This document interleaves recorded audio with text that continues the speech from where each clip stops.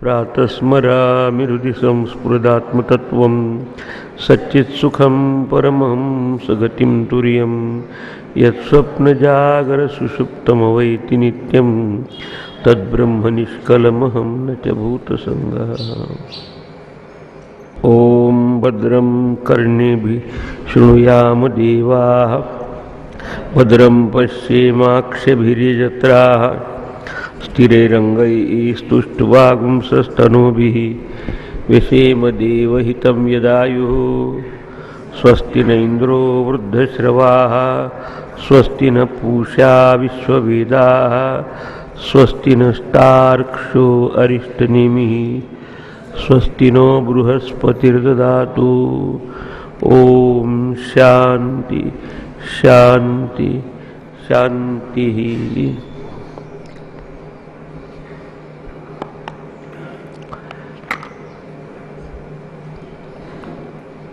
जसे एखादी कथानकाची सुरुवात होते की कोणी एकेकाळी अमुक अमुक राजा होता, त्याच्यापाशी असे लोक होते, तसंच या गुरुकुलात पिप्पलाद नावाचे ऋषी हे आचार्य, त्यांच्याकडे 6 विद्यार्थी आपल्या जीवनाच्या बाबतचे आध्यात्मिक प्रश्न ज्याचं उत्तर त्यांच्या स्तरावर प्राप्त होऊ शकत नाही, ते अशा जाणीवेने आले की हे गुरु आपल्याला याबाबत उत्तर देऊ शकतील, आपल्या शंकाचं निराकरण करतील। त्याची यादी आणि ती पूर्वीची कशी संस्कृती होती गुरुजनांकडे शिष्याने जाण्याची, त्याचं निर्देशन पहिल्या ब्राह्मणामध्ये केलेलं आहे। याला म्हटलं ब्राह्मणोपनिषद म्हणजे मुंडकोपनिषद, ते मूळ आहेत मंत्ररूपाने। त्यातले काही भाग समजा आता विद्यार्थी जातात, पण कोण विद्यार्थी कसे जातात, काय ॲटिट्यूड असतो, त्याचं अधिक डिटेल्स, त्याचं उपासना काय हे यात सांगितलं आहे। म्हणून याची सुरुवात देखील आता एखाद्या कथानकासारखी होत आहे की त्या पिप्पलाद नावाच्या ऋषीकडे, गुरुकडे कोणते विद्यार्थी 6 गेले आणि कशा मनोभावाने गेले हे आपल्याला पहिल्या मंत्रामध्ये पाहायला मिळणार आहे। वाचूया त्याला। ओम सुकेशाच भारद्वाजः शैब्यश्च सत्यकामः सौर्यायणीश्च गार्ग्यः कौसलश्चाश्वलायनः भार्गवो वैदर्भी कबन्धी कात्यायनः ते हेते ब्रह्मपरा ब्रह्मनिष्ठाः परं ब्रह्मान्वेषमाणाः एषः वै तत्सर्वं वक्ष्यति इति तेह समित्पाणयः भगवन्तं पिप्पलादम् उपसन्नाः। सुरुवात होत आहे ओंकार परमात्म्याचं स्मरण करून। मंगलतेने प्रारंभ व्हावा या दृष्टीने ओंकाराचं स्मरण केलं आहे, हे ओंकार स्वरूप परमेश्वरा। आणि आता हे उपनिषद पार्श्वभूमी सांगत आहे की कोणते विद्यार्थी किंवा शिष्य ह्या गुरुकडे गेले, त्याचे नावं सांगत आहे। नावं कधी कधी नावावरून ओळखतात, कधी आडनाव किंवा गोत्रावरून। तर पहिलं नाव सांगितलं सुकेशा भारद्वाजः। भारद्वाजाचा पुत्र सुकेशा, चांगले केस असतील, सुंदर असेल असा तो भारद्वाज गोत्रामध्ये असलेला, भारद्वाज ऋषीचा वंशात असलेला, म्हणून त्याला म्हणतात भारद्वाजः सुकेशः। दुसरा शैब्यः सत्यकामः। सत्यकामः शैब्याचं, शिबीचा पुत्र सत्यकाम त्याचं नाव होतं। आता नाव ठेवताना देखील, नाव देताना देखील त्याची जसं गुण असेल तसं ठेवलं असेल. गार्ग्य हा सौर्यायणीचं. तिसरा गार्ग्य गर्गगोत्रामध्ये उत्पन्न झालेला सौर्यायणी म्हणजे सूर्याच्या पुत्राचा पुत्र म्हणजे नातू.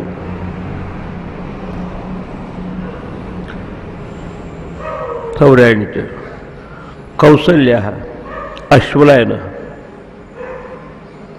त्याच्यानंतर कौसल्य, कौशल देशीय कोणी ऋषी असेल त्या अश्वलायन.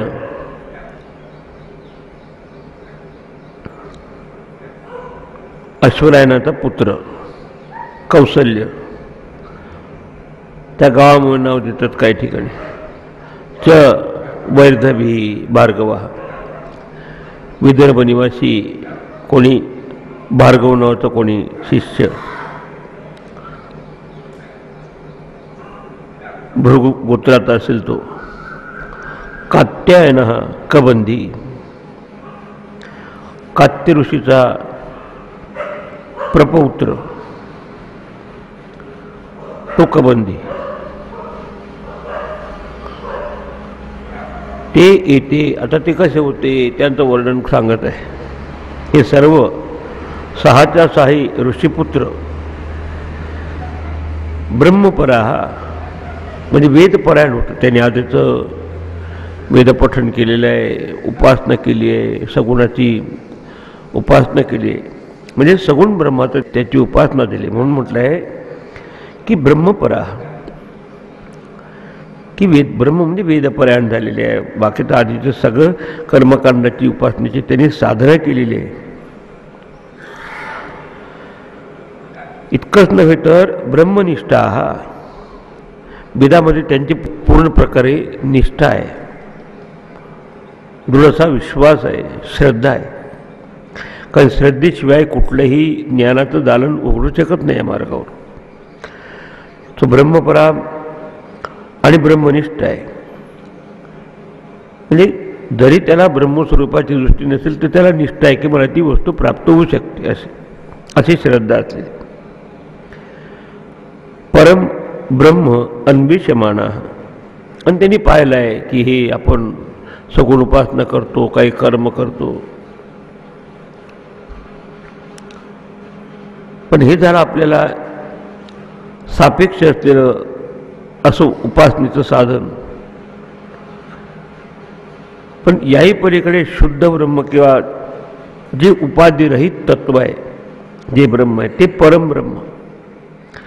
एखादं अपरम. कारण ही भाषा आपल्याला सापेक्षतेची समजते. म्हणजे सगुण साकार आहे, काही उपासना करत असतो. आणि पूर्वीच्या काळी पुराणातल्या देवता नव्हत्या. कधी कधी वायूलाच पाहून तर वायू त्वमेव प्रत्यक्षम ब्रह्मासी, तू ब्रह्माचं प्रगट रूप आहेस. अग्नीला म्हणायचं का अग्नी, तेथे अग्निहोत्र करून ते ब्रह्माचं प्रतीक आहे. अशा तऱ्हेने निम्या प्रकारची उपासना करत असताना हे सगळे उपासना ते ठीक आहे, प्रत्येक उपासनेचं त्याला फळही प्राप्त होत असतं. पण हे जे ब्रह्म आहे हे अपर म्हणजे सगुण ब्रह्म किंवा काहीतरी त्यात रूपाची नामाची परिच्छिन्नता हे झालं. दुसरं निर्विशेष आहे, कुठल्याही प्रकारचा त्या ठिकाणी गुण नाही. जसं गणपतीचं आपण स्वरूपाचं जे आपण चिंतन करतो तर तो देहातीत आहे, गुणत्रयातीत हा, कालत्रयातीत. असं काय आहे? सगुणाला मर्यादा असतात निदान देशाची, कालाची, गुणधर्माची, आकाराची. म्हणून ब्रह्मनिष्ठता आहे, ब्रह्मपरायण आहे. पण ब्रह्मतत्वाचं अन्वेषण म्हणजे शोध करण्याची त्यांच्याच्यात तीव्र इच्छा झाली आहे की शुद्ध ब्रह्म काय, कुठल्याही उपाधीचा काही संबंध नाही, तिथे देशाची, कालाची, वस्तूची मर्यादा नाही. आपल्या 33 उपनिषदात भाष्यकार म्हणतात की ब्रह्म कोणतं, ज्याला अनंत म्हणतात. सत्यम ज्ञानम अनंतम ब्रह्म. सत्यम ब्रह्म, ज्ञानम ब्रह्म, अनंतम ब्रह्म. आणि अनंताची व्याख्या देत असताना याला म्हणतात इन्फिनिट. आपले अनंत की जे देशानी, कालानी किंवा वस्तूंनी परिच्छिन्न नाही. देश, काल, वस्तू अपरिच्छिन्नम, unconditioned by time, space and objectivity. हे आपल्याला काही ना काहीतरी सापेक्षता असते आपल्याच्यात. आणि जितकं काही सापेक्ष आहे, जितकं काही दृष्ट आहे, तितकं नष्ट होणार असतं. तसंच तशा देवतेची आपण उपासना करून आपल्याला मिळणारं फळ देखील आज आहे उद्या नाही असं असू शकतं, अनित्य असतं. म्हणून असं नित्य वस्तू काय, पूर्ण वस्तू काय, ज्याची हृदयात दृढ जिज्ञासा ठेवून त्याबाबत कितीही त्यांच्या स्तरावर शोध केला तर त्याबाबत त्याला शोध न लागल्यामुळं परमब्रह्म अन्वेषमाना हा महत्त्वाचा मुद्दा आहे. हे सगळे ब्रह्मनिष्ठ होते, पण त्याला परतत्वाचं ज्ञान नव्हतं. अपर ब्रह्म त्याला म्हणतात. ब्रह्म प्लस माया इज इक्वल टू ईश्वर. हा टेक्निकल शब्द आपल्या वेदांतात. त्याला म्हणतात शबल ब्रह्म. जे आपल्याला सगुण साकाराला दिसतं ते. आणि दुसरं जे आहे की ज्या ठिकाणी ह्या मायेचं देखील लांछन नाही, इव्हन समष्टी मन देखील त्या ठिकाणी उपाधी रूपानी नाही, निरुपाधिक असलेलं ब्रह्म. जसं 15व्या क्षर आणि अक्षराच्या पलीकडे असलेलं. व्यक्त आणि अव्यक्त हे सापेक्ष शब्द आहे. 8व्या अध्यायात गीतेच्या म्हटलं की अव्यक्तात अव्यक्त, अव्यक्तातही जे अव्यक्त म्हणजे मायेच्याही ते पलीकडे. थोडक्यात सांगायचं म्हणजे ज्याला तिन्ही मर्यादाने, कारण सगळ्या ज्या गोष्टी आहेत संसारातल्या त्या एक तर कालसापेक्ष असतात, देशसापेक्ष असतात किंवा गुणधर्माची सापेक्षता असते. इथे आहे तर तिथे नाही. याला म्हणतात देशसापेक्षता, limitation in terms of space. दुसरं टाईम वाईज लिमिटेशन. कालसापेक्षता राहते की आज आहे उद्या नाही, तर आज नाही तर उद्या मिळेल असं परमात्म तत्व नव्हे. शुद्ध काय. तसंच गुणधर्माची त्याला मर्यादा असते. मीठ खारट असतं तर साखर गोडच. कधी कधी माहीत नसते, आपण साखरेच्या ऐवजी मीठ टाकून मग आपल्याला अनुभवतो की भलतंच काही आहे. तर त्याला कुठल्याही प्रकारची मर्यादा नाही या ठिकाणी. म्हणजे आहे अशी वस्तू ती अजून आपल्या हाताशी लागली नाही. थोडक्यात निर्विकल्प आणि निर्विकार आणि कुठल्याही उपाधीने परिच्छिन्न नसलेलं असं असलेलं सत्य त्याच्या शोधासाठी ते निघाले. आणि अशी एक नाही अनेक 5-6 मुलांच्या याच्यात असंच विचार आला असेल. मग आपण नाही का कोणत्या कोर्सला जायचं असेल तर हे इंजिनिअरिंग कॉलेज कुठे आहे, पॉलिटी कुठे आहे, त्याचं बेस्ट कोणतं आहे आपले त्याचा पाहत. तर तसं असे सगळ्यांनी विचार येऊन असे जिज्ञासा दृढ झाली ज्यांच्या अंतःकरणात, त्यांना कळलं असेल की कोणी पिप्पलाद नावाचे ऋषी आहे. भगवंतम पिप्पलादम. पिप्पलाद नावाच्या साक्षात्कारी ऋषीकडे ते आले. ते स्वतः श्रोत्रिय होते आणि ब्रह्मनिष्ठ होते. प्रत्येक ऋषींनी आपल्या गुरुजनांपासून हे ज्ञान प्राप्त केलं होतं. कित्येकदा तर गुरु आणि शिष्य हे पिता आणि पुत्र ज्ञान नात्याने होते. त्या सगळ्यांना ज्ञान. अशा भगवान पिप्पलाद ऋषीकडे ते आले. तर कसे आले ते सांगत आहे. एष हवै तत्सर्व वक्षती इति. ते त्यांच्या मनात असा दृढ विचार होता, दृढ धारणा होती की या ऋषीकडे आपण गेलं तर आपल्या मनाचं समाधान होणार आहे. कुठे जेव्हा आपण जातो गुरुजनांच्या याचे ते आपल्याला एवढा तरी खात्री असली पाहिजे की इथे माझ्या शंकेचं निरसन होणार आहे. आता किती जण साम्य त्यात की तदन्य अस्य संशयस्य छेदता नाही उपपद्यते. कितीचं साम्य देते नाही की देवा तुझ्याचकडे तुझ्याशिवाय माझ्या शंकेचं निराकरण कोणी करू. अशा दृढ निष्ठेने जाणारे जे विद्यार्थी किंवा जिज्ञासू ते टिकून राहतं, ते गुरुच्या आज्ञेप्रमाणे वागतं. हे त्यांना महत्त्वाचं सांगायचं की पूर्णपणे विश्वास ठेवून काय की एषा हा वै तत्सर्व वक्षेती इति. आम्हाला जे प्रश्न आम्हाला उद्भवले आहे त्या सगळ्या प्रश्नांचं ते निराकरण स्पष्ट करू शकतील अशी खात्री ठेवून. आपण एक ट्युशन लावायचं म्हणजे कोणत्या टीचरकडे जायचं पहिल्यांदा आपण चॉईस असतो. आणि असं समजून त्यांच्याकडे जात असताना विधिवत उपसन्न समित पाणयः उपसन्नाः. देव आहे, ऋषी आहे, राजा आहे, त्याच्याकडे हातामध्ये काहीतरी घेऊन जायचं असतं देण्यासाठी, हे सांगण्यासाठी की मी तुमची सेवा करण्यासाठी इथे आलो आहे. त्याच्या मोबदल्यात मला तुमच्यापासून ज्ञान हवं आहे, तुमच्यापासून योग्य जीवनाची दृष्टी हवी. तर अशा तऱ्हेने हा सगळा भाग सांगता सगळे हे 6 विद्यार्थी या गुरुकडे आलेले आहेत. आता गुरुकडे आलो, त्याचं वातावरण आहे, मनामध्ये श्रद्धाही आहे. गुरु ही सामर्थ्यवान आहेत, त्याला ज्ञान आहे, पण त्यांची भूमिका एखाद्या घंटीसारखी असते, ठोकळा असताना. आपण वाजवलंच नाही तर आवाज कसा येईल? मग त्याचा प्रश्न विचारले ते काय सांगतील आपल्याला? यांच्यात आधीच प्रश्नमालिका तयार होती प्रत्येकाची. प्रत्येक विद्यार्थ्याला हे आध्यात्मिक प्रश्न होते. त्याचा प्रश्न त्यांच्या शाळा कॉलेजमध्ये आजच्या शब्दात सांगायचं नाही मिळालं. आपण अशा त्या तज्ज्ञाकडे जात असतो त्या क्षेत्रात. तशा तऱ्हेने जात असताना संविधा घेऊन गेले, याचा अर्थ काहीतरी आपल्याला गुरुला उपयोगात होईल असं. आणि पूर्वीच्या काय ती विरक्त अवस्थेत राहत होते. त्याचे आश्रम वनामध्ये, जंगलामध्ये, अरण्य म्हणतात, अरण्यामध्ये राहायचे. आता हिवाळा असायचा किंवा थंडी असायचं तर त्या ठिकाणी इंधनाची आवश्यकता आहे, विस्तव किंवा अग्नी प्रज्वलित करायला, किंवा खूपच जास्तीत जास्त बरेचसाठी ते काहीतरी निंबाची काड्या किंवा बाबळीची हे करून हे करत होते. आता का टूथपेस्ट नाही. तर अशा त्यानं जे उपयुक्त पडेल असं घेऊन ते देखील त्यात हे प्रतीक आहे की मी सेवाभावाने आलं. प्रणिपात, परिप्रश्न आणि सेवया तद्विधी असं आपलं गीता देखील सांगतं की ही भावना ठेवून त्याच्याकडे आले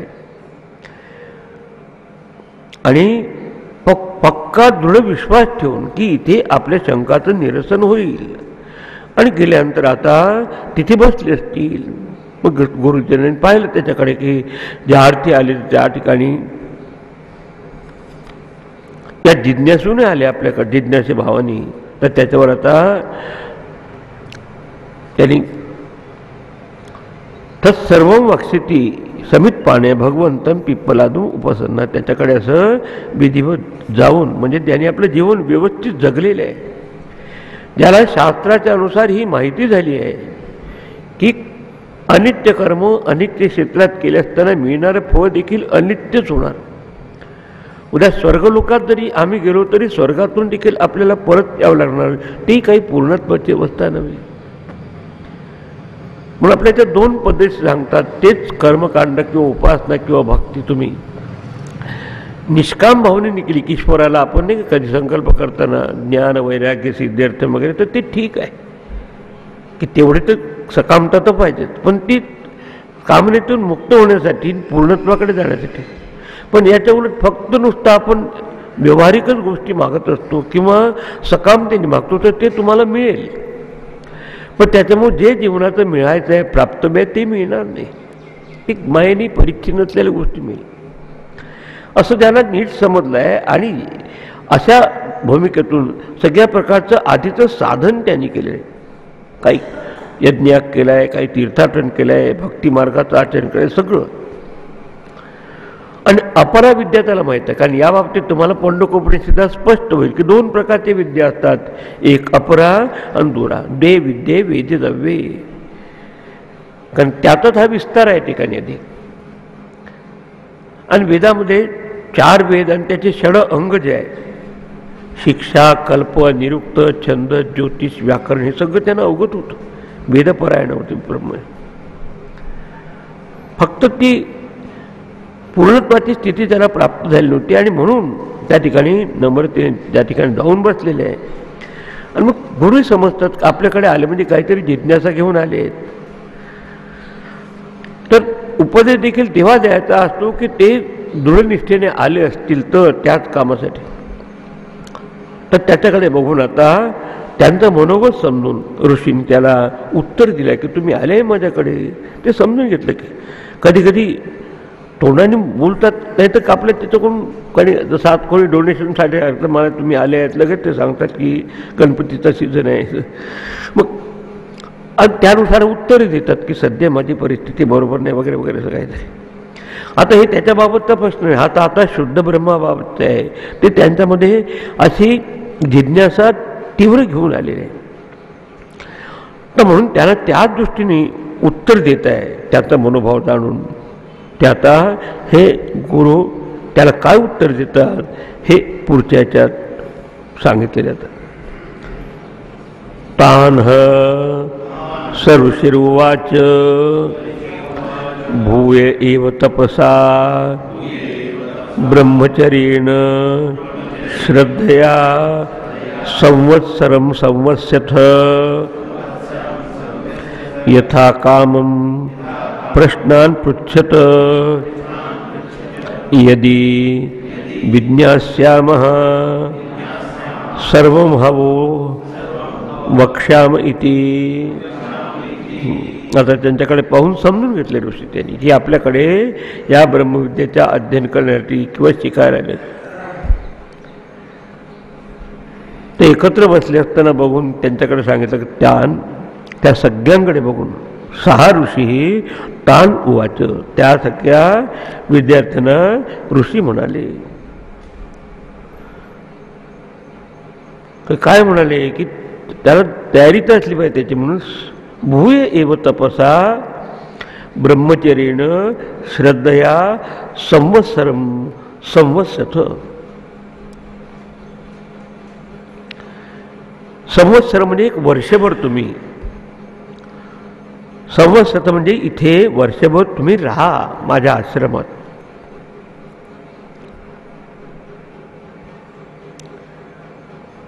आणि कसं राहा त्याला माहिती आहे का, तुम्ही आधी तपश्चर्या केली आहे, ब्रह्मचर्याचं पालनही केलं आहे, श्रद्धा आहे तुमच्या हृदयात आहे.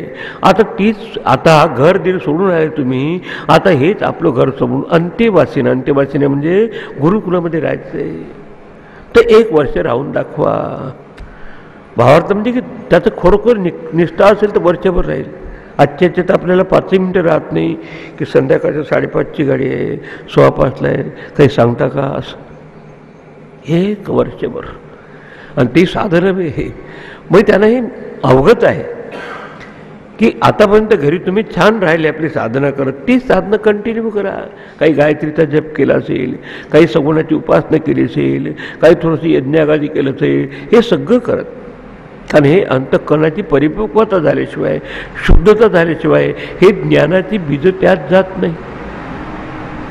आपण नाही काय बगीच्यात देखील काही बीज पेरतो तर जरा तयारी करून घेतो त्याची.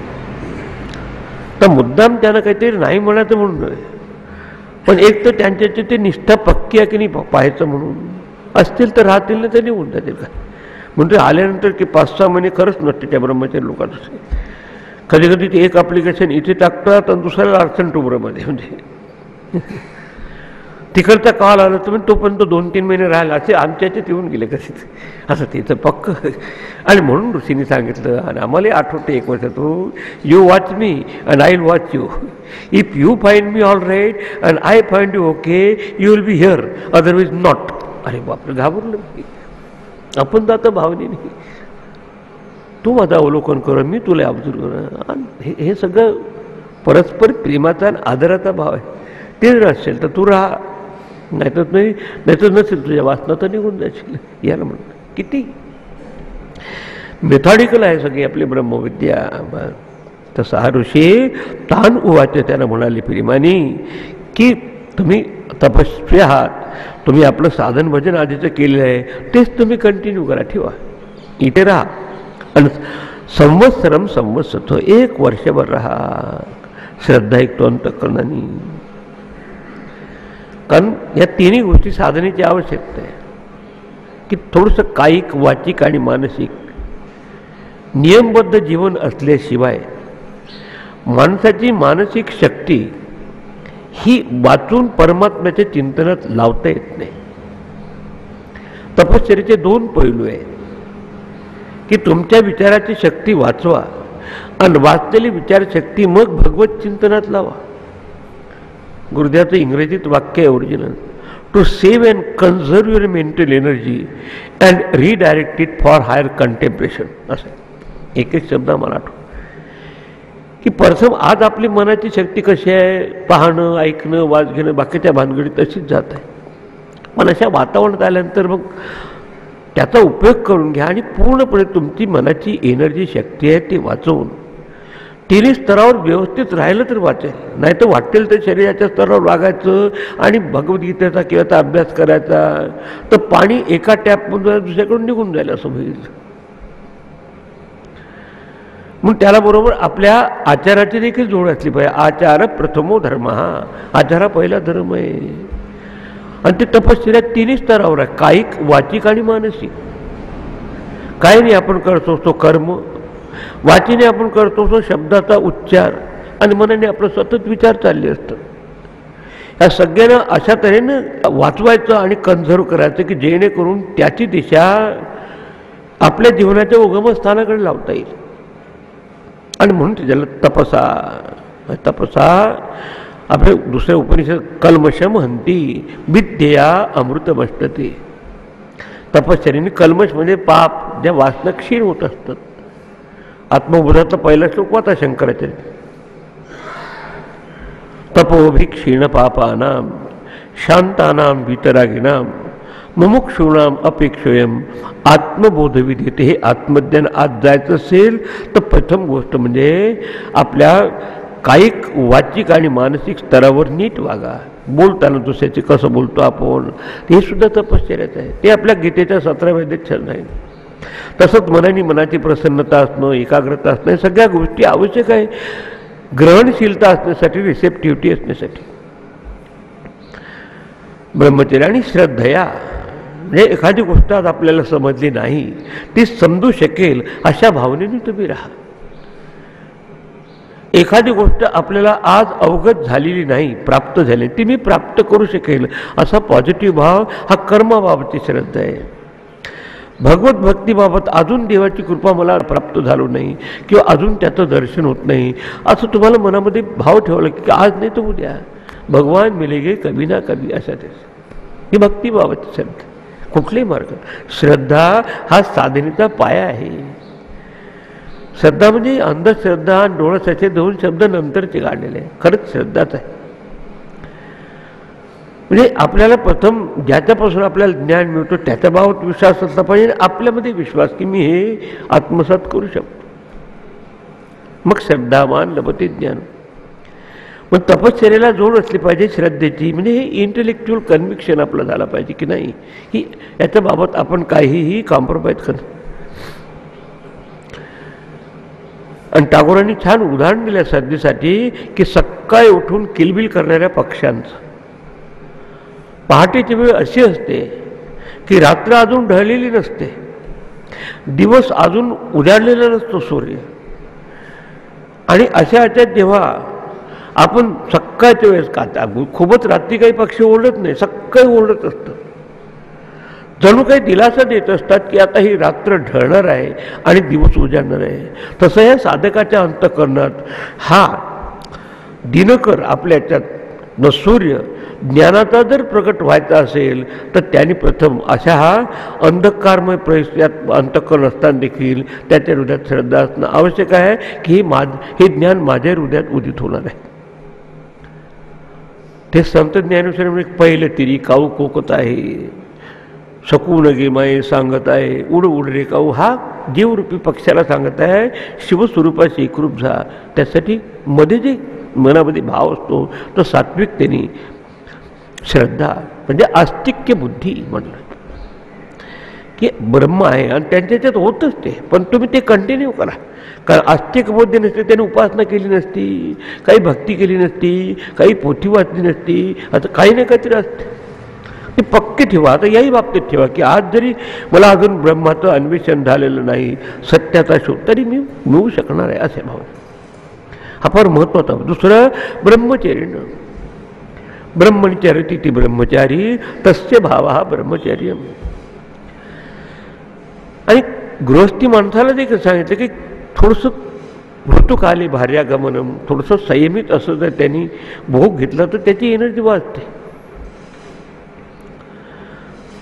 आणि हे जे नैष्टिक ब्रह्मचर्य त्यांनी आपल्या मनाने देखील काही कोणाबाबत विचार करणं, स्त्रीबाबत पाहणं, त्याच्याबाबत चर्चा करणं, मग त्या अशा असमर्थनशील क्षणात आपलं मन खाली उतरून जातं.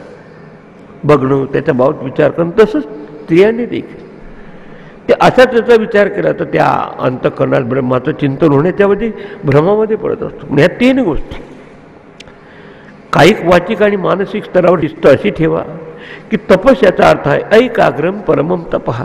शेवट त्यातून मनाची एकाग्रता तुम्हाला साधेल आणि त्यातून यस्य ज्ञानमयम तपा, ज्ञान हे तुमचं तप होईल. म्हणून पहिली ही पायरी शिस्तबद्धता. शरीराच्या स्तरावर आचार करत असताना, वाचेच्या स्तरावर उच्चार करत असताना आणि मनाच्या स्तरावर विचार करत असताना असं वागा की तुम्हाला त्रास होणार नाही, दुसरं काय नाही. संतांनी गुजरान ऐसी कर सदा, अशी गुजरान असं जीवन जग किसी जीव कोणा दर्द हो, कोणाला आपल्यापासून पीडा होणार नाही, त्रास होणार नाही. राजी रहे छोटा बडा, बेगरज हो या गरज हो. कोणी आपल्याला गरज असू की नाही, पण आपल्याकडून आपल्याला त्रास होणार नाही अशा प्रकारचं. आणि तो गरज असो की नसो, पण त्यात तो खुश राहील, त्या आनंदात राहील, ते आपणही आणणं. जितना भरे बने भर धर प्रेम दिल में, जितकं काही होईल तितकं हृदयात प्रेमाने वाग दुसऱ्याशी. सब हमारे जान के, सगळं ते ईश्वराचंच आहे विश्वात. कारण त्याच्यावर एवढे ते संस्कार झाले होते की ईश्वरापासून सगळं निर्माण झालं आहे, त्या ईश्वराची उपासना करणारे. मग ईश्वराचे सगळे आपलेच आहे, चांगले वाईट सगळेच लोक असतात आपल्यावर. सब हमारे जान के, हम तुम सभी हे विश्व आहे, लीला स्वरूप भगवाने, की म्हणजे मायेने सगळं हे प्रकट झालं आहे असं समजून माणूस वागला तर त्याची ॲटिट्यूड बदलतो. तर अशा तऱ्हेनं आपल्या तपश्चर्या आणि श्रद्धा ठेवून, काही तिन्ही स्तरावर राहून आणि संयमित जीवन जगून आपल्याच्यात, म्हणजे अतिरेक कुठल्याही गोष्टीचा करणं म्हणजे अब्रह्मचर्य आहे. खूपच बोलायचं, खूपच काही बोलायचंच नाही ना, त्या हायबरनेशनमध्ये जायचं, ते बरोबर नाही. खूपच खात राहायचं, खूपच नाही खायचं, तेही बरोबर नाही. हे देखील त्याला अनुसूर असं हे आचरण आहे. आणि शिवाय शास्त्रस्य गुरुवाक्यस्य सत्यबुद्धी अवधारण श्रद्धा, की शास्त्रात काय सांगितलं आहे, गुरुजींनी काय सांगत आहे, त्याच्यावर माझ्या मनात विश्वास असला तर मला त्याचा लाभ होऊ शकेल, अशा भावनेने तुम्ही राहा. आणि 1 वर्षभर राहा. 1 आणि 2 दिवसात नाही, खरं त्याची तवस. कधी कधी दवाखान्यात गेल्यानंतर डॉक्टर तिकडे म्हणतात 1 दिवस तुम्ही थांबा, ॲडमिट व्हा ICU आणि मग सगळं चेक झालं तर मग या इकडे. त्याचं मध्येच निघून गेला तर मग काय ऑपरेशन करणार त्याचं. हे तर सूक्ष्म आहे, त्याची व्यवहाराच्या गोष्टीची हे लागण्यासारखं. आणि मग नुसतं थांबू नका, मग यथाकामम प्रश्नान पृच्छत, की तुमच्या मनात जे इच्छा असेल ते इच्छित प्रश्न तुम्ही मला मोकळ्या मनाने विचारा. प्रश्न विचारताना निसंकोच पाहिजे. शिवाय आपण समजल्यानंतर त्यानुसार आपण तत्परतेने साधन करू याची तयारी असली पाहिजे. आणि जे आपल्याला सांगतात त्याला तथ्य आहे, ते आपल्या चांगल्यासाठी अशी भावना असली पाहिजे, तेव्हा त्याला लाभ होतो. म्हणून तुम्हाला जे ज्या पद्धतीचं वाटेल तसं विचारा. आता त्यात देखील आपली भूमिका स्पष्ट केली महाराजांनी. यदि विज्ञास्यामः, जर त्या प्रश्नाचं उत्तर किंवा त्याच्याबाबत ज्ञान आम्हाला माहीत असेल, अनेक वचन वापर. अनेक वचन म्हणजे हे गुरु परंपरेने असंच उत्तर दिलं आहे की जर आम्हाला त्याच्याबाबत जर खरोखर माहिती असेल, ज्ञान असेल, तर आम्ही तुम्हाला सांगू. म्हणजे अनेक आचार्यांच्या परंपरा घेऊन हे अनेक वचन वापरतात. वक्ष्यामः इति, वक्ष्यामी म्हणजे सिंग्युलर झालं असतं वक्ष्यामः. आणि मग ते आम्ही तुम्हाला ते सगळं विशद करून सांगू आमच्याकडून. आता याच्यावरून शंकराचार्यांनी भाष्यात म्हटलं आहे, यदि शब्द जरी घातला जर, तर त्याचा असं नव्हे की त्याला ज्ञान नव्हतं, पण ती त्याची नम्रता आहे की मला काही असेल. शंकराचार्य देखा खूप शिष्याने असं खूप त्याची स्तुती केली की किती तुमचं ज्ञान आहे. तर एक दिवस त्याने आपला दंडा घेतला त्या समुद्रात आणि ओढून दाखवलं, एवढं आहे म्हणे माझं ज्ञान. याचा अर्थ काही हे तर सगळं ज्ञानाने भांडणच असतं, पण ते कधीही सांगणार नाही की मला ज्ञान आहे. आणि म्हणून ते नम्रतेसाठी किंवा विद्या विनयन शोभते, हा विनय म्हणून त्यांनी तो शब्द वापरला की आम्हाला माहीत असलं तर सांगू कडे. दुसरी गोष्ट अशी शक्य आहे की भलता सलता प्रश्न विचारला की कार कशी ड्राईव्ह करायची आहे ते कॉम्प्युटर करतं, आम्हाला ते सांगता येईल. आमच्या बाबतचा प्रश्न विचार हे त्याच्यात भावार्थ क्लिअर करायचं नाही. तेवढ्या अपेक्षेने आलं, वर्षभर राहिलं, याबाबतचा प्रश्न विचार की जे आमचं डिपार्टमेंट आहे कोणतं ब्रह्मविद्येचं. भलतं काय विचारलं तर ते काही बरोबर नाही. तुम्हाला जर तेल विकत घ्यायचं असतं काही बाटाच्या दुकानात जात नाही किंवा लेदायचं असं आहे. तुम्ही इथे आला आहे असाच प्रश्न विचार. 2-3 गोष्टीचा तंत्रभूत आहे की असेच प्रश्न विचारा की ज्याचा तुम्हाला लाभ होईल आणि जे आम्ही सांगू शकू. आणि त्याला जरी सर्वज्ञ असले त्याला माहीत असतं की काय माहीत आहे ते माहीत आहे आणि माहीत नाही तेही माहीत आहे. आणि याला म्हणत ज्ञान. तर ते सांगायचं की त्यात आपल्याला अहंकार अभिमान नाही म्हणून नम्रतेचं ते प्रतीक आहे. म्हणून विद्या कशाने शोभते, विनयेने शोभते, बस असं आहे. आता सगळ्यांना सांगितलं आणि मध्ये समजायचं की 1 वर्षभर ऋषीच्या आज्ञेनुसार आश्रमात राहिली. पहा 1 वर्ष. ही सुद्धा 2 दिवस राहायचं तर विचार करतात. बरोबर त्याला बिझी ठेवलं तर ठीक आहे, नाही तर कर. पाहू किती फरक आहे. हे बघा आपल्याला खूपच सिन्सिअरिटी ऑफ पर्पज असेल की हे आपल्याला मिळवायचं आहे, वाटतील ते आपण करायला तयार असतो त्यासाठी बस. पण थोडंसं वर लोलपुचं असेल तर ते जाऊ दे, काय अर्थ नाही. कसं का पण तुम्ही पाहिलं असेल 1-2 येऊन पाहतात पण त्याच्यात काही वाईट वाटून घ्यायचं नाही. अगदी सरळ जायची गाडी. हे सुद्धा ह्या हरीचा काल आहे, ज्याच्या दैवित्याला मिळाला अशी गोष्ट आहे. पण तू तयार तर पाहिजे. आणि खाण्याला तर तोंडात काही बाकीचं नको, मीठ किंवा काही रॉकेल तेल वगैरे. तर हे सगळं शुद्धी करून तुम्ही राहा 1 वर्षभर आणि जे साधन आहे तेच कंटिन्यू करा. गुरुदेव कधी बदलवायचं नाही, हाती ते कंटिन्यू करा. आणि मग काही दिवसांनी आले तर मग बघू. कारण आंबा देखील तोडायचा असतो, तो परिपक्व झाल्यानंतर तर कच्चा आहे तो.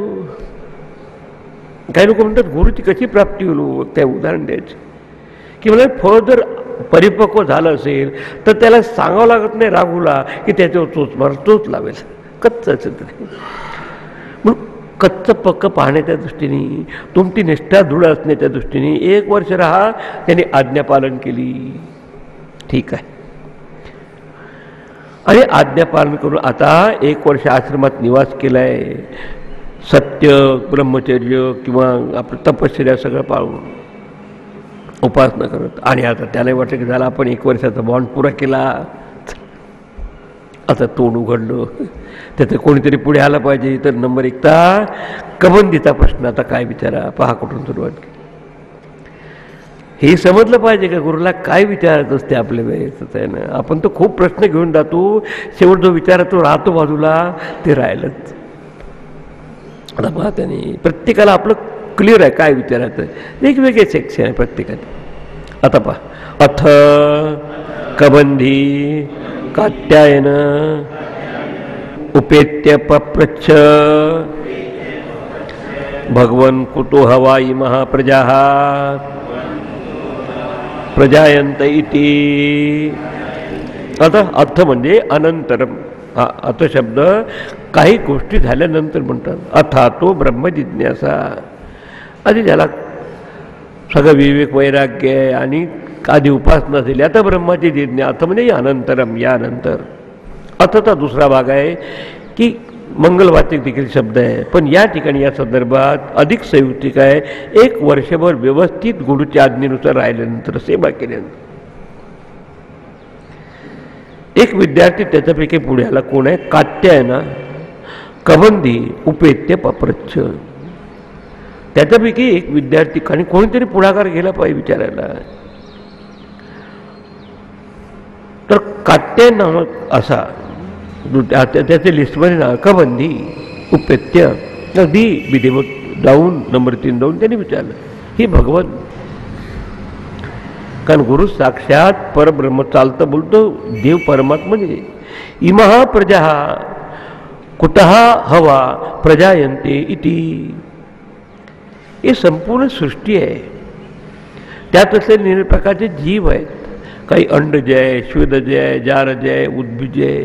हे संपूर्ण इमा प्रजा, ज्यात प्रजनन होत आहे, निर्मिती होत आहे, त्यानंतर प्रजा. ते काय आहे नाही विचारलं. कुतः म्हणजे कुठून, फ्रॉम व्हेअर, कशापासून. प्रजायंती ती कुठून निर्माण होतात, कस्मात म्हणजे काय उगमस्थान आहे याचं. आणि हा बुद्धीचा स्वभाव आहे की कुठेही कार्य असलं तर कारणाचा शोध घेत असते. ते मुलगा असेल तर त्याचे आईवडील कुठे असतात, त्याचं कोणतं गाव आहे, आपण. तर हा व्यक्तिगत प्रश्न नाही की संपूर्ण इमा प्रजा, हे संपूर्ण जे व्यक्त झालेले जगत आहे, ज्यात काही जड वस्तू आहे, काही चेतन वस्तू आहे, काही स्थावर आहे, काही जंगम आहे. आणि कुठेही जर कार्य असेल तर त्याला कारण असलंच पाहिजे, हा नियम आहे. मुलं असेल तर त्याला आईवडील असले पाहिजे. मग ह्या सगळ्या जगाचं उत्पत्ती स्थान काय, म्हणजे काय निर्माण झालं याच्या बाबतचा प्रश्न नाही. कसं निर्माण झालं हेही नाही विचारत, पण कुठून त्याची निर्मिती झाली सगळ्या जगाची. तसं त्याने ऐकलेलं होतं आपल्या थिअरॉटिकली की शुद्ध एकच ब्रह्म होतं, परमात्मा काही नव्हतं, दुसरं काहीच नव्हतं. मग हे कुठून निर्माण झालं, त्याचं उगमस्थान काय, आणि मग त्याच्यात हेही अंतर्भूत आहे की कशी उत्पत्ती होते. कारण याचा हा प्रभाव त्या तपश्चर्याने राहिलेले आहे आणि ब्रह्मचर्याचं पालन केलं आहे, अनुशासन पालन केलं आहे, हृदयात श्रद्धा आहे. आणि हे सगळे नियम पाळल्यानंतर, अंतःकरण शुद्ध झाल्यानंतर, जसं आपण एखाद्या ऑफिसमध्ये काम केल्यानंतर 1 वर्षभर 2 वर्ष काम केलं तुम्हाला अर्न लिव्ह मिळते हक्काची. तसं आता हक्काने विचारत आहे की आता तुमच्याकडे राहिलो, तुम्ही म्हणाल की यथा कामान प्रश्नान पृच्छत, तुमच्या जे इच्छा असेल ते विचारा. तर माझा प्रश्न असा आहे की हे सृष्टी निर्मिती हे कुठून निर्माण झाली, याच्यामुळे एक तुम्हाला लक्षात ठेवण्यासारखं, निर्णय उपनिषदात सृष्टीचं विवरण केलं आहे, पण एक मुद्दा लक्षात ठेवण्यासारखा आहे की सृष्टीचं वर्णन करणं हा महत्त्वाचा मुद्दा नसून ज्याच्यापासून सृष्टी निर्माण होते त्याच्याकडे आपलं लक्ष केलं पाहिजे. निर्णय अलंकार बघायचे, पण त्याचे उगमस्थान हे सोनं आहे, त्याच्याकडे लक्ष असलं पाहिजे. लाटा बुडबुडे बघायच्या, पण त्याच्यामुळे उगमस्थानचं पाणी आहे. कारण कुठल्याही गोष्टीचा सोर्स सापडल्याशिवाय ज्ञान खरं होत नाही. आणि म्हणून पिप्पला दृष्टीनं आपल्या त्यात प्रश्न विचारला की कुठून हे सगळं निर्माण झालं आहे. आता हे झालं, त्याच्यावर आता ऋषींनी उत्तर दिलं कशी त्याची प्रक्रिया त्याच्यापासून. कारण त्याने देखील ऋषीमुनी असा विचार करता करता मनाच्या उगमस्थानाकडे गेले. आता थोडं उत्पत्तीचं कसं होत असतं आपल्या स्तरावर शिकावं, आणि मग ब्रह्मांडाची उत्पत्ती कशी होते म्हणजे तुम्हाला समजणं सोपं होतं. आपण एका झोपेला गेलं असताना आपल्या कुठल्याही प्रकारचे संबंध नसतात, आई वडील मुलं बाळं, प्रत्येकजण आपल्या संस्कारानुरूप आज झोपलेले असतात. कधी कधी 10 माणसं असेल, प्रत्येकाचा व्यवसाय वेगळा असतो, प्रत्येकाचं शिक्षण वेगळं असतं, पण झोप प्रत्येकाला सारखी लागते. आता झोपेत असताना आपण ओळखू देखील शकत नाही की कोण इंजिनियर आहे, कोण डॉक्टर आहे, कोण वकील आहे. पण जागा झाल्यानंतर मग आपण तो उत्पत्तीला लागतो आपल्या क्षेत्राच्या, त्याचे संस्कार असेल तसं आपण हे आता पुढे सांगणं त्या प्रजापतीपासून म्हणजे तसं हे व्यक्तिगत मनाने आपण जसा व्यक्तिगत संसार उभा करतो. पहा ना, आमचं हे आहे, कोणाला कोणता क्लास घ्यायचा, काय तुमचं काही सुरू असतं, काही प्रत्येकाचं. तर ज्याच्या ज्याच्या वासना असतात त्या झोपेमध्ये आपण त्या सुप्त वास्तामध्ये आपले विलीन झालेलं असतं आपलं मन. ते मन जेव्हा प्रोजेक्ट करतं किंवा आपल्या ते प्रगट होत असतं सकाळी, तर तेव्हा आपलं ते सुरू होतं प्रपंचाला.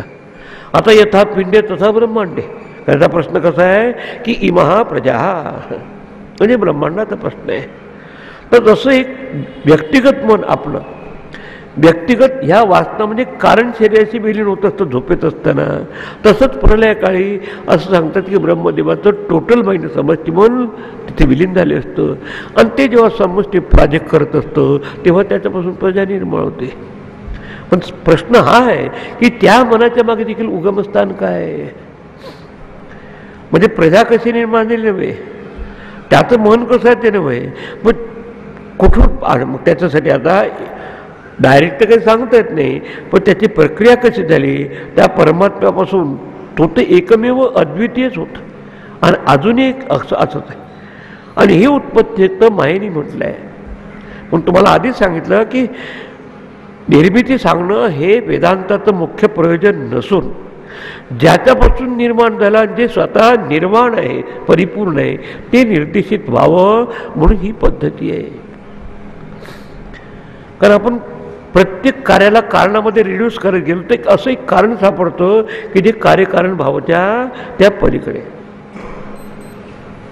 आमच्या गुरुदेव म्हणायचं अनकॉज्ड कॉज इज गॉड. जे सगळ्याचं कारण आहे आणि ज्याला दुसरं कुठलंही कॉज नाही, कारण नाही, दॅट इज गॉड. आजकाल ते पुराणच. आणि ह्याही सगळं करून त्यांनी वाचलेलं आहे म्हणून तसा प्रश्न विचारत आहे की कुठून निर्माण झालं. आता कुठून निर्माण झालं तर ते त्याचे कसे निर्माण झाल्यानंतर आपण त्याचं कुठून शोधता येईल म्हणून ऋषी देखील त्यांना तसंच उत्तर देत आहे. पुढच्या मंत्रामध्ये त्याचं उत्तर तस्मै स होवाच प्रजा कामो वै प्रजापती सतपो तप्यत सतपस्तप्त्वा समिथुनम उत्पादयते अरयिं च प्राणं च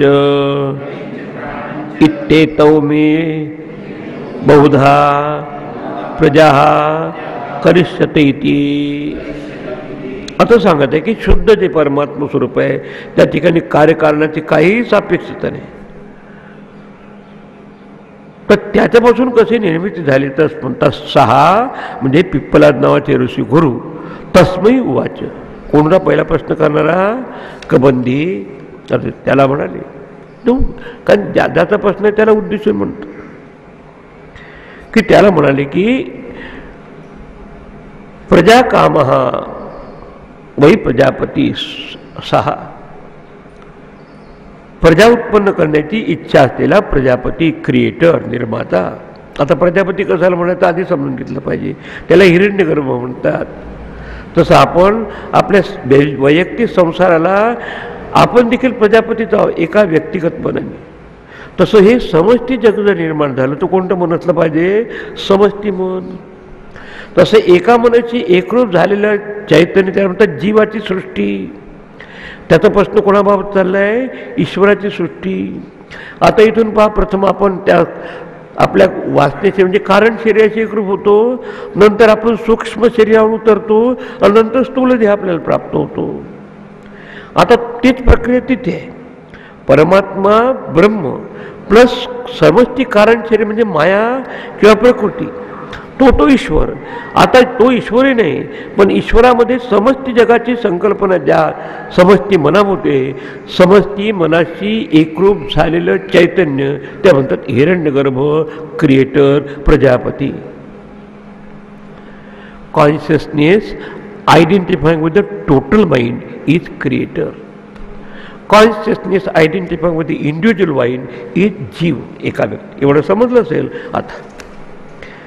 आणि जसं आपल्या त्या झोपेत असताना आपले सगळे संस्कार सुप्त अवस्थेत असतात, जागं झालं म्हणजे आपण कोणाला भेटायचं, काय खायचं, काय करायचं सुरू असतं, तसं ते समजतं.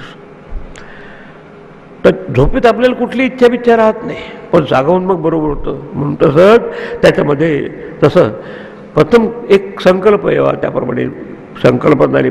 कशाची कामना होती, प्रजा कामः वै, डिझायर्स ऑफ क्रिएशन, की निर्माण केलं पाहिजे जग. कारण सगळ्याच्या वासना त्या किंवा इच्छारूप असलेलं मन त्या प्रलयामध्ये कल्पक्षयाच्या वेळेस विलीन झालेलं असतं. आणि त्यानं आता जर प्रकटन करायचं असेल तर वडिलाला त्याची काळजी असते की तसं आपण मुलाला पहिल्या तो किती मुलं आहे, आपण कसे फ्लॅट करायचं आपण जर विचार करतो, सुरू होता आपण. तसं त्या ब्रह्मदेवानी हिरण्यगर्भानी एक विचार केला. आणि विचार असा ऑर्डिनरी नाही, असं तपहा तप्यत. आता पुढे याचं तुम्हाला मुंडकोपनिषदात अधिक स्पष्टता येईल. तस्य ज्ञानमयम तपः, ज्ञान हेच त्याचं तप होतं. आणि खूप तप म्हणजे एकाग्रम परमम तपा, म्हणायची अत्यंत एकाग्रता करून विचार केला. आपण एक मोठा मोठा काही प्रोजेक्ट असलं तर इतकं काही शांततेने पाहतो की सारासार विचार करून मग तर त्याने निश्चय केला, तप करून त्याने आपल्यापासून एक जोडी निर्माण केली. खूप विचार केला सखोल आणि सगळ्या आता प्रजेची निर्मिती करायची आहे.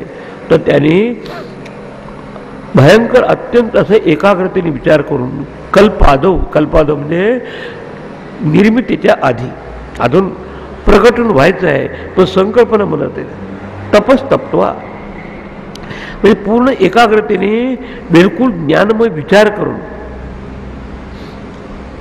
सहा मिथुन उत्पाद आहे. ते मिथुन म्हणजे जोडी. आपण मैथुन शब्द दोन गोष्टी नव्हतं की एक जोडी निर्माण केली त्याने.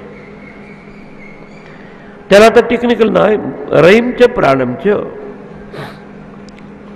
रई आणि प्राण इति मिथुनम उत्पादते. ज्याला काही म्हणतात आपल्या याच्यात आता प्रकृती आणि पुरुष, एक जड आणि चेतन, तसं बल्ब आणि इलेक्ट्रिसिटीचा करंट, जशी कार आणि त्याच्यामध्ये असलेले पेट्रोल असं दोन्ही अशी एक जोडी निर्माण केली. त्याचं नाव आता टेक्निकल एक रई. पुढे याचं वर्णन अधिक करणार आहे. रई म्हणजे हे रात्रीचं किंवा आजचं म्हणजे मटेरियल जग आहे त्याचं प्रतीक आहे.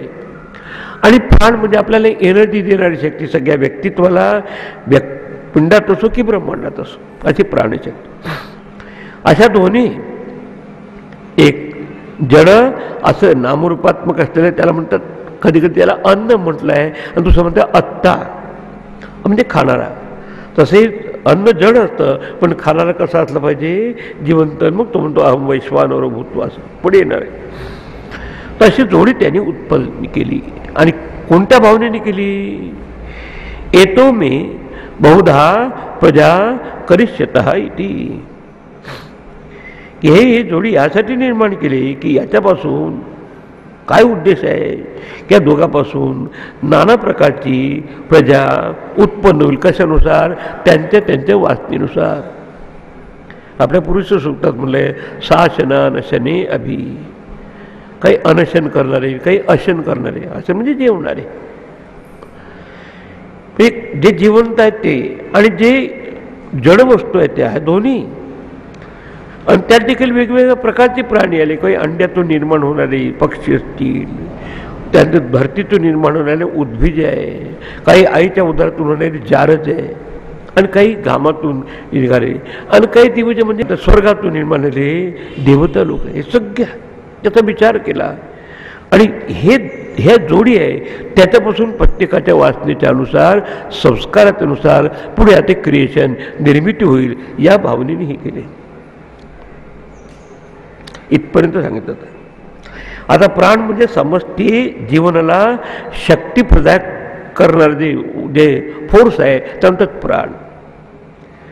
आणि बाकी जे नामरूपात्मक जो समुदाय, भूत मात्रांचा समुदाय, त्याला म्हणतात रई. कारण नुसताच आपलं शरीर किती चांगलं असेल पण त्यात जर हे प्राणक्रिया करणारे तत्व नसेल आपण पाहू शकत नाही, ऐकू शकत नाही. नुसतंच प्राण असता, नुसतं शरीर नसतं तरी आपल्याला व्यवहाराच्या क्रिया झाल्या नसतं. तसं नुसतीच बासरी आहे पण त्याला धारण करणार नसेल तर तो वाजू शकत नाही. पेन आहे पण लिहिणारा जिवंत नसेल तर नाही. मग दोन्ही आवश्यक आहे. एकाला म्हणतात एक दृश्य जगत आणि दुसरा द्रष्टा, एक भोग्य पदार्थ दुसरा भोगता, अनेक व्यापकतेने त्याचा अर्थ घेत आहे. अशी जोडी निर्माण केली त्या विधात्याने. एकच आहे पण मिथुनम उत्पादित, त्याच्यापासून मायेने अशा दोन प्रकारची उत्पत्ती झाली. आता त्याचा आता आपल्या प्रतिकात्मक त्याचं विवरण वर्णन पुढच्या याच्यात करणार आहे. आता पुढच्या याच्यात त्याला नाव दिलं की एक सूर्य, दुसरा चंद्रमा. पण चंद्रमा हा रात्री प्रकटतो, म्हणजे काही वाईट अशा गोष्टी आपण ज्या जड वस्तू त्या रात्री करत असतो, आणि दिवसाच्यात आपण सुद्धा एनर्जेटिक असतो, सगळं तरतरी असतं. तर त्या दोघांची आता इक्वेट करत आहे. सूर्य आणि चंद्र हे निर्माण होत असताना ते आदित्य म्हणजे सूर्य हे प्राणाचं प्रतीक आहे आणि चंद्रमा हे रई म्हणजे प्रकृतीचं, हे जडाचं प्रतीक आहे. आता ते पुढच्या याच्यात सांगत आहे. मंत्र 5. आदित्यो ह वै प्राणः रैरेव चंद्रमा रैर्वा एतत्सर्वं यन्मूर्तं चामूर्तं च तस्मात् मूर्तिरेव रैः. ही पद्धती आहे शास्त्राची की प्रथम एक विधान करतात, स्टेटमेंट करतात आणि दुसऱ्याचे त्याचं अधिक विवरण करतात. आपल्याला नुसते जे शब्दशः भाषांतर एक रई आणि एक प्राण आपल्याला स्पष्ट होत नाही. तर त्याचा अधिक स्पष्टीकरण देत आहे की हे जोडी जी होती मिथुनम उत्पाद येते ते कोणतं एकापासून दोन निर्माण झाले असे प्राण आणि रई. मग आता प्राणाचं प्रतीक कोणतं आहे? ब्रह्मांडात असताना सूर्य. आदित्यो हवी प्राण. पण तुम्ही किती झोपाळू माणूस असेल, समजा बाहेर कॉट टाकून झोपले आणि सूर्याची किरणे तुम्हाला उठावत लावतो. म्हणून हा आदित्य सूर्यासारखे सगळ्यांना व्हायब्रंट करणारी शक्ती म्हणजे एनर्जी, ज्यात उष्णता आहे, ज्यात तेज आहे, त्याचं प्रतीक आहे आदित्य.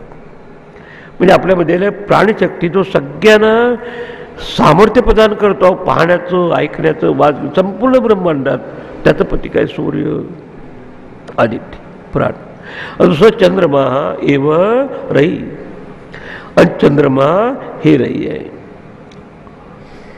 म्हणजे एक प्राणाचं प्रतीक आहे सूर्य आणि आपल्या प्रकृतीचं किंवा त्याचे असलेले जे उपाधीचं प्रकृती आहे चंद्रमा. अशा हे दोन त्याच्यापासून निर्माण झाले आहे. रैर्वा एतच सर्वम. आणि ते कसं प्रगट झालं? मूर्तमच्या अमूर्तमच्या. मूर्त म्हणजे जे आकारच येत आहे. पंचमहाभूतात देखील काही महाभूत असे आहे की ज्याचा आकार आपल्याला समजू शकतो. तसं अमूर्त म्हणत असताना आपल्याला आकाशाने वायूला काही आकाश नाही आपल्याला. मग इथं आकाश स्थितो नित्यम वायू सहस्रगो महान असं उदाहरण आपल्या गीतेत दिलं आहे की वायू आणि आकाश याला काही आकार नाही. अमूर्त. अमूर्त म्हणजे ज्याला मूर्त रूप नाही, प्रगट रूप नाही. आणि अमूर्त म्हणजे अव्यक्त, की बाकीचे जे आहे ते हे अमूर्त झालं, आकाश आणि वायू. आता हे आतल्या व्यक्तित्वाच्या दृष्टीने काय पाहायचं? आपल्यामध्ये भावना आहे, विचार आहे, ते काही समजून पडत नाही. काय तुमच्या शेजारचा माणूस तुमच्याबाबत काय विचार करतोय तुम्हाला माहीत नाही म्हणून बरं आहे. म्हणजे आपल्याला दुसऱ्याचे विचार अमूर्त असतात. त्याने जर विचार करतो त्याला मूर्त आहे आपल्या. म्हणून सापेक्षतेने हे बाहेरचा ढाचा आपला मूर्त आहे दिसणारा, आणि आतलं जे व्यक्तित्व आहे, मन आणि बुद्धीच्या भावना आणि विचार अमूर्त आहे. आता यथा पिंडे तथा ब्रह्मांड हे सगळं विचार करा. अशा दोन, ज्याला म्हणजे आकारवान आहे ते मूर्त आणि जे निराकार आहे ते अमूर्त, अशा दोन गोष्टी. एका म्हणतात व्यक्त जे इंद्रिय गोचर आहे, अव्यक्त जे इंद्रिय गोचर असून आणखी आत असतो. अशा दोन प्रकारची त्याने व्हरायटी निर्माण केली. सूर्य आता हा प्राण्याचं प्रतीक आहे आपल्या त्या एनर्जीचं, कारण सगळी चेतनाशक्ती प्रधानता या सूर्यापासून प्राप्त होते. आणि चंद्रमा हे आपल्या ह्याच्यात असलेल्या निम्न तत्वांना पुष्ट करणाऱ्या त्याच्याबाबत चंद्रमाचा उपयोग आहे. त्या मॅटरबाबत प्राण्यांचं स्थूल शरीर पोषण वगैरे करण्याचं काम चंद्रमाचं आहे. तुम्ही पहा 15व्या अध्यायात आहे की पुष्णामी च औषधी सर्व सोमो भूत्वा रसात्मक, की हे सगळं जडाला पोषण करायचं काम ते करतं. पण जडाला मोटिवेट करायचं, एनर्जी देण्याचं, शक्ती प्रदान करायचं काम तोच आहे, तो प्राण. आणि म्हणून ते सूर्य दिवसा असलेलं प्रतीक आहे आणि रात्री आपण राहील म्हणून बाकीचे व्यवहार रात्री करतात संसारी लोक. अशा त्याने आपल्या शरीरामध्ये ह्या दोन शक्ती आहे, हे दोन्ही अंग प्रत्यंग एकमेकाचे. एक जीवनाची शक्ती ते सूर्यापासून, त्याला सूर्य किंवा अग्नी म्हटलं आहे असं शक्ती आहे. आणि दुसरं जे आहे ते मास मेद स्थूल तत्व हे सगळं चंद्रमाचं आहे. म्हणून एकाला म्हणतायत एक एनर्जी स्पिरिच्युअल भाग आहे आणि दुसरा आहे मटेरियल भाग आपला.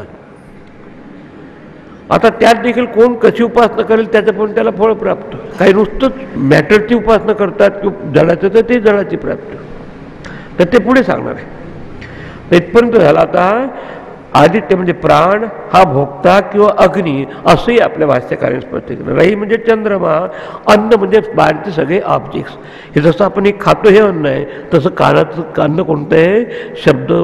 म्हणजे देवानी जेव्हा निर्माण केलं सगळं, तेव्हा प्राणी मात्र तर निर्माण केलेच, पण त्याचं पथ्य असल्याचं जे उपयुक्त असलेले भोग्य पदार्थ, भोक्ता हा प्राणाचं प्रतीक आहे आणि भोग्य हे जडवस्तूचं प्रतीक आहे. पुढे गीतेत त्याला मग क्षेत्रज्ञाचे शब्द वापरले. क्षेत्र म्हणजे अनुभवाचं क्षेत्र आणि क्षेत्रम जानाति ते क्षेत्रज्ञ. आता त्याचं अधिक स्पष्टीकरण व्हावं म्हणून पुढे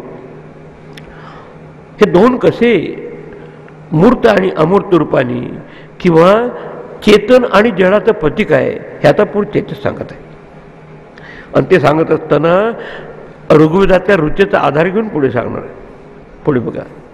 आता 6 यथ आदित्य उदयन यत् प्राच्यं दिशं प्रविशति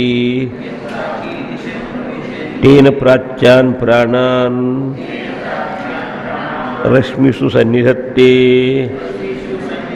यद दक्षिणां यद प्रतीचीं यद उदीचीं यद अधो यद ऊर्ध्वं यदंतरा दिशो दिशो यद सर्वं प्रकाशयति तेन सर्वान् प्राणान् रश्मिषु सन्निधत्ते. एका मंत्रात भरपूर पॅकिंग करायचं आहे. ते सांगितले की जसं सूर्य उगवला तर एका स्टेजमध्ये सगळ्याला प्रकाशित करत जातो. तर ते त्याला सांगायचं या ठिकाणी की अथ आदित्या, रात्रीनंतर जेव्हा सूर्य उदयाला येतो आदित्य, तर तो काय करतो? उदयन. तो स्वतः प्रकाशमान असतो आणि बाकीच्या सगळ्याला तो प्रकाशित करत जातो. उदयन यत प्राचीन म्हणजे दिशेचं वर्णन करेल. सूर्य प्राचीन दिशा म्हणजे पूर्व दिशेला उगवतो आणि त्या दिशेला तो प्रकाशित करतो आणि बाकीच्या ठिकाणी देखील आदित्य उदयन उदय पावला असताना त्या पूर्वेकडे तो प्रवेश करतो आणि तेनं रश्मिषु प्राच्यान प्राणान सन्निधत्ते.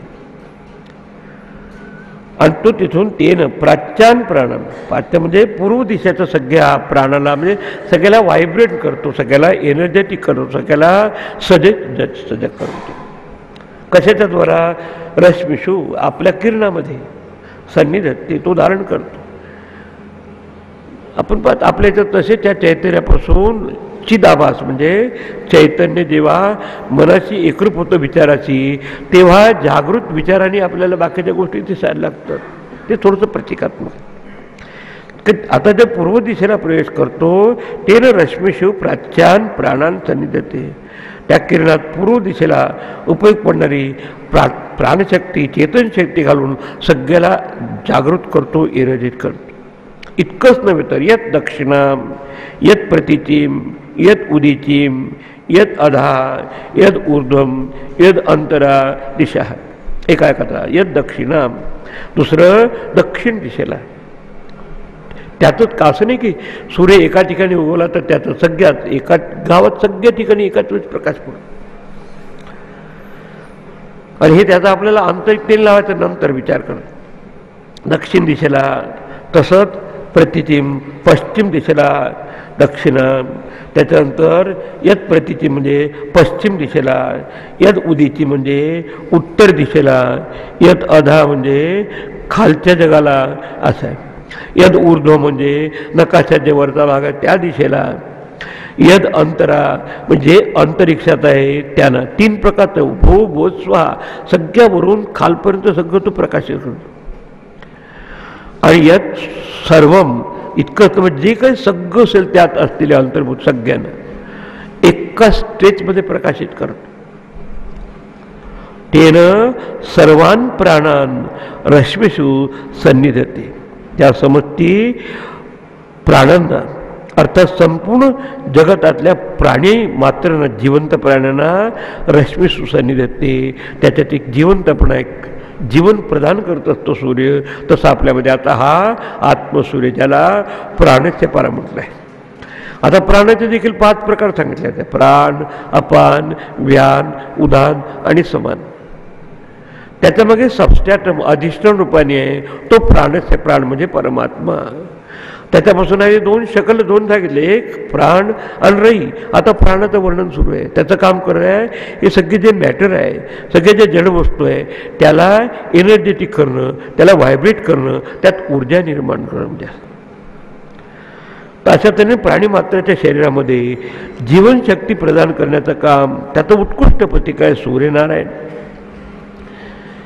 याचा भावार्थ असा आहे की रात्रीच्या वेळेस सूर्य, कारण रात्रीनंतर तू उदयाला येतोस, उदयून नुसत्या पूर्व दिशेला त्याचा प्रकाश फैलतो असं नव्हे, पण सगळ्या उत्तर दक्षिण त्यात मधल्या ज्या दिशा आहेत त्या खालीवर दश दिशेला त्याचा प्रकाश पकडतो. तसंच आपल्यामध्ये असलेलं चैतन्य हे जीवनी शक्ती सगळ्या इंद्रियाला एकाच्यात प्रकाशित करतो.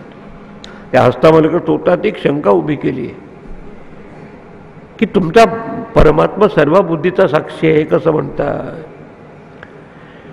आपण म्हणतो की सर्वगम, सगळ्या ठिकाणी गेलेला. समजा एखादा माणूस एका रथावर बसला असेल तर तो दुसऱ्या रथावर नसतो, आणि तुम्ही त्या सगळ्या बुद्धीला प्रकाशित करतो परमात्मा. सर्वधी साक्षीभूतम भावातीतम, कसं काय तू. तर तिथे त्यांनी सूर्याचंच उदाहरण दिलं आहे हस्तमलकाने. सूर्य नाही का म्हणाले जो प्रकाशित करतो, तर काही भागात आधी आणि काही भागात नंतर असं नव्हे. पण जेव्हा आपल्यामध्ये असलेले हे आत्मसूर्य मार्तंड जे ताप आहे आपल्या याच्यात आहे, तो सगळ्या आपल्या इंद्रियाला एका स्ट्रेचमध्ये प्रकाशित होतो. त्यासाठी त्यांनी सगळे डिटेल दिले, पूर्व पश्चिम उत्तर दक्षिण खाली वर मध्ये असे सगळ्या ठिकाणी. आणि कशाच्या द्वारा सूर्यकिरण. आता सूर्यकिरण आपल्याच्यात कशाचं प्रतीक आहे, विचाराची किरण.